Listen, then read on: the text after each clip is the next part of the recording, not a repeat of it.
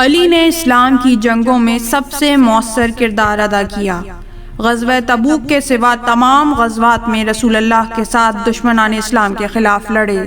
آپ بہت سی جنگوں میں سپاہ اسلام کے اصلی سپاہ سالار رہے، اور جیسے جنگ میں بہت سے مسلمان فرار اختیار کرتے تھے، وہ کبھی فرار نہیں ہوئے اور ہمیشہ حضرت صلی اللہ علیہ وآلہ وسلم کے ساتھ رہے اور جنگ کرتے رہے۔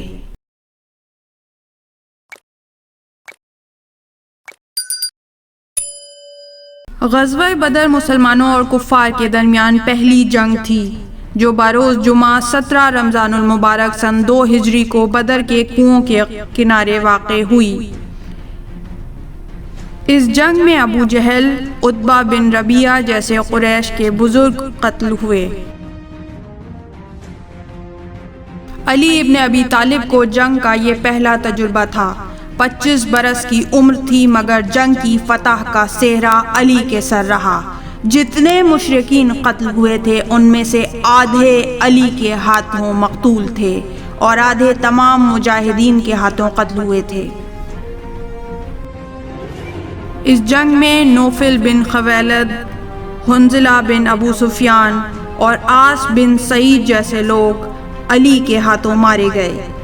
بعد میں امام علی نے معاویہ کو ایک خط میں لکھا، ابھی بھی وہ شمشیر جس سے تمہارے جد عتبہ، ماموں ولید اور بھائی حنظلہ بن ابو سفیان کو قتل کیا تھا، میرے پاس موجود ہے۔ جنگ احد میں مشرکین کے غلبے کے بعد بہت سے مسلمانوں نے میدان جنگ سے فرار اختیار کی اور پیغمبر کو تنہا چھوڑ دیا، مگر علی موجود رہے اور انہوں نے حضرت کا دفاع کیا۔ خود علی نے اس واقعے کو اس طرح نقل کیا ہے، مہاجرین و انصار نے اپنے گھروں کی طرف راہ فرار اختیار کی، لیکن میں نے، جبکہ میرے جسم پر 70 زخم تھے، رسول خدا کا دفاع کیا۔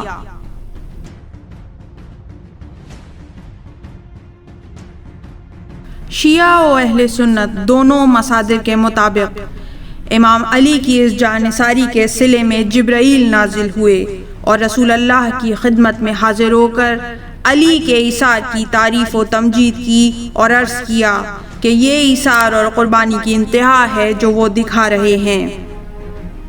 رسول خدا نے تصدیق کرتے ہوئے فرمایا، انا منی و انا منہ، وہ مجھ سے ہے اور میں علی سے ہوں۔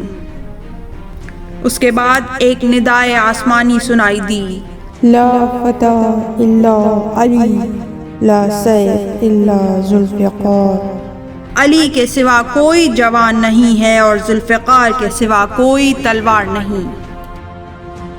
اس طرح کی مزید تحقیقی، علمی اور تاریخی ویڈیوز دیکھنے کے لیے چینل کو سبسکرائب کیجیے اور بیل آئیکن پہ کلک کیجیے۔